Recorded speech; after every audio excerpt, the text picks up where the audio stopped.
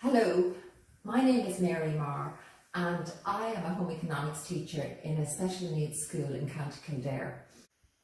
Hello, today we're going to clean the table. So to clean the table we need a food bin to put the scraps in, we need a dishcloth to wipe the table with, we need some washing up liquid, we need some disinfectant spray, and we might need some paper towel. Put 2 drops of washing up liquid into your basin. 1, 2. Turn on a little cold water.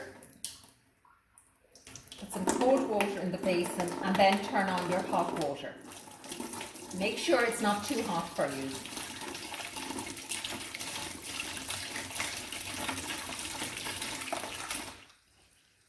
So I'm going to rinse my cloth, my clean cloth in the water, and I'm going to squeeze it out very tight. You may need to get an adult to help you with this.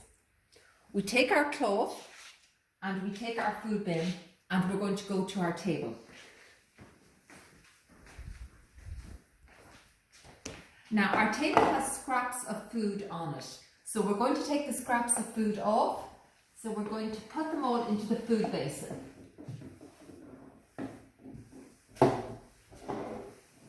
So at this stage, we're just removing the food from the table, any scraps on the table.